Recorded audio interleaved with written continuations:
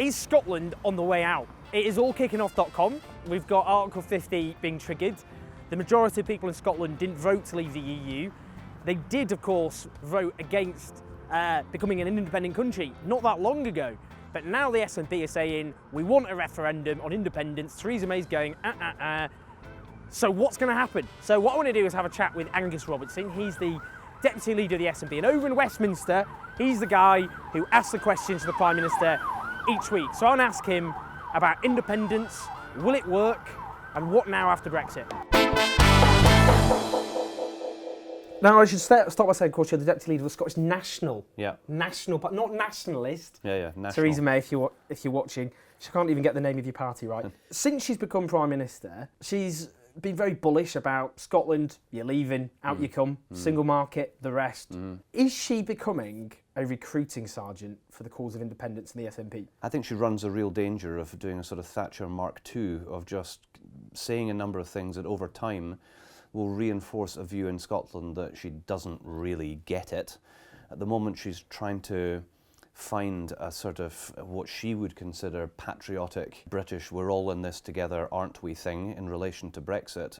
We have very concrete examples of her not just not understanding it, but saying that she's going to do certain things. So there was a promise that she would reach an agreement with the Scottish, Welsh and Northern Irish government in relation to triggering Article 50, so before that happened, and she's just not done it. And I've been asking her time and time again, when's the agreement? When are we going to see the detail? Because either all of this stuff that she's talking about is real, in which case she'd deliver it, because it's important, or it's just rhetoric. Would you say now you're at the stage where you simply cannot trust the Prime Minister?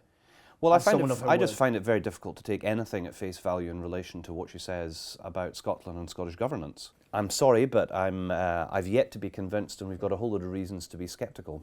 You're pro-EU, and so's the SNP leadership, but a third of your voters voted for Brexit. So nobody knows that. I mean, I know SNP voters who voted to leave. I mean, Jim Sellers was one of them. He's the former deputy leader. He used to have your position, and he said he wouldn't support independence if it means joining the EU. Isn't there a danger with the SNP strategy that you can actually alienate a chunk, not most, but a chunk of the people you need to win? Well, there's challenges in all political propositions. Of course there are, and we will have to have a mature discussion about the options that we face. But I just think a Scottish Parliament that we elect and a Scottish government that comes from the support of that Parliament, being able to make decisions about our interrelationship with our neighbours and friends on these islands and the rest of Europe, I think is infinitely better to that we are going to end up with if we stick in this current slightly odd emerging right-wing Brexit Britain. Both Scotland and Britain are bitterly divided. And the catalyst for the divisions in both Scotland and Britain are the two referendums in 2014 and 2016. Isn't it the case another referendum will only exacerbate those bitter divisions, and whatever the result, leave Scotland even more bitterly divided than it is today? Okay, so forgive me, you have to ask pointed questions, but I don't accept the pointed premise. I think the referendum that we had, and I would say including the Brexit referendum, the discussions that I was part of were not bitter. The public meetings that I took part in were not bitter, they were not hateful. They involved people asking serious questions, wanting to understand what the different propositions, the pros were, the cons were. Overwhelmingly, it was a positive democratic experience. And the fact that since the referendum, active political membership and participation has gone through the roof in Scotland, which actually points to me towards people thinking we can choose different futures. But we have to be a part of that, and we have to be part of a grown-up debate. Now, if we just want to say that having different views is divisive, well then, I'm sorry, that's actually, you take that to a position which is ad absurdum, literally, it is, well then we just have a dictatorship. Because we don't have, well no, we're not going to be divided.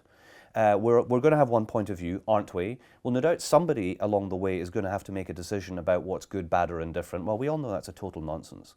In a liberal democratic society, we have different views on everything, and sometimes that's noisy, and sometimes that's messy, and sometimes there are not simple answers to complicated questions. It's referendums that particularly play that role, isn't it? Because you end up with a binary question, and in Scotland, people some big questions, I understand that. Well, I understand that, but in some big questions, they are binary choices. Of course, yeah.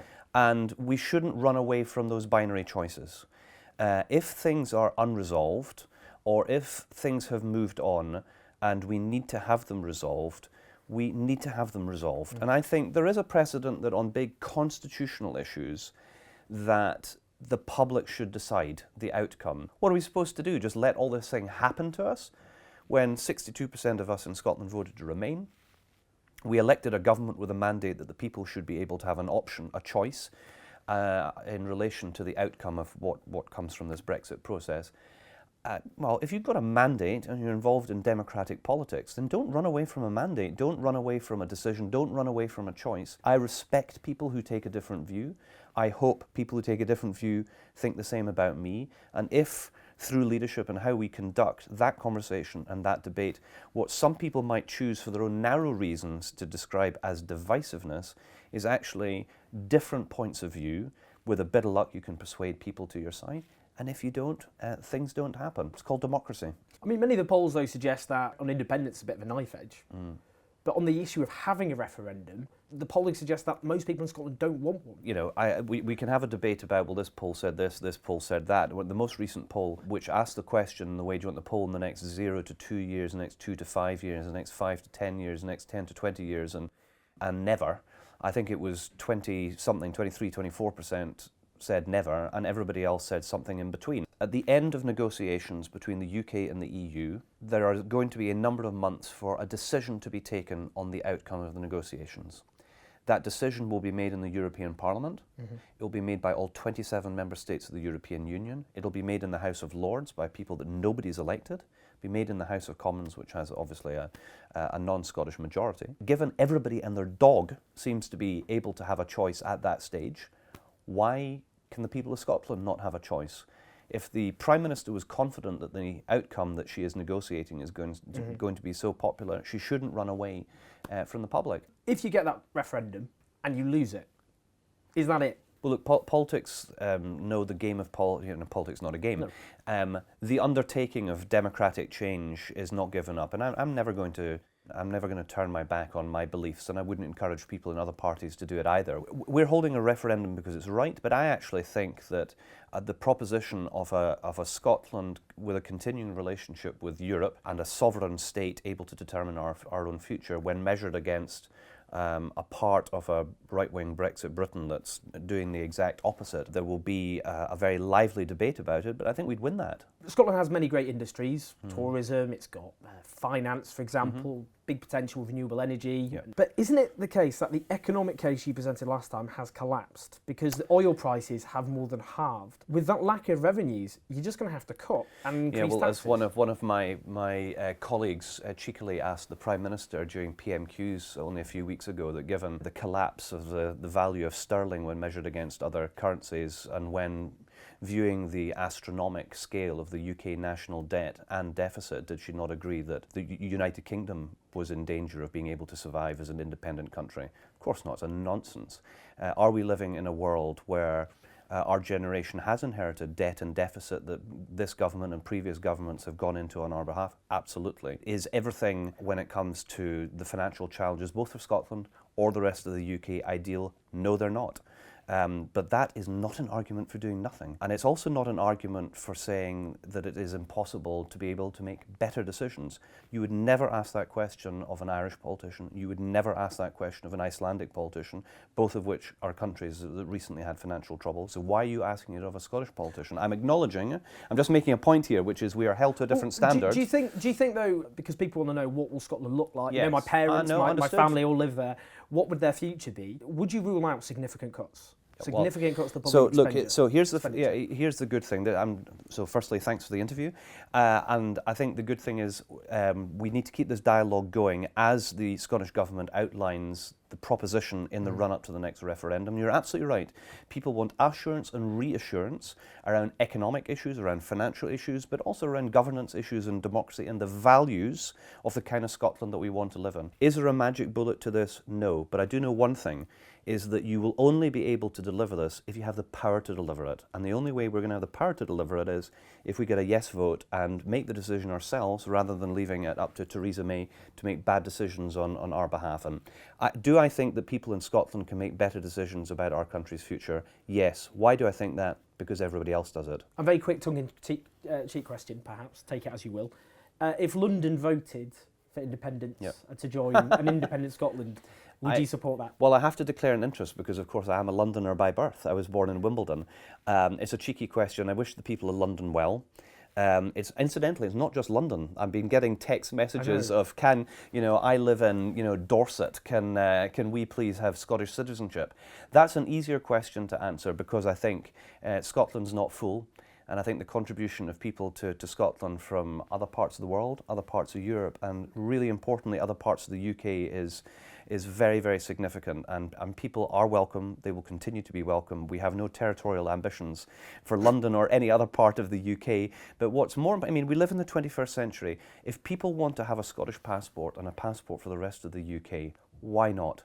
It would be a good way of people being able to protect their Millions European, of English people. European What if they all wanted Union, Scottish the European passports? Union said, well, watch this space, maybe they will.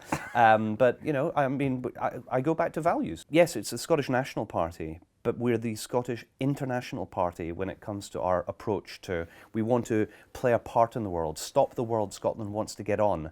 We don't want to be taken in this opposite Brexit direction, which is sadly narrow-minded.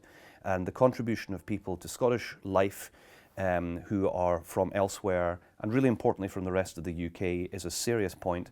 I want them to feel assured and reassured that a future Scotland is their country too.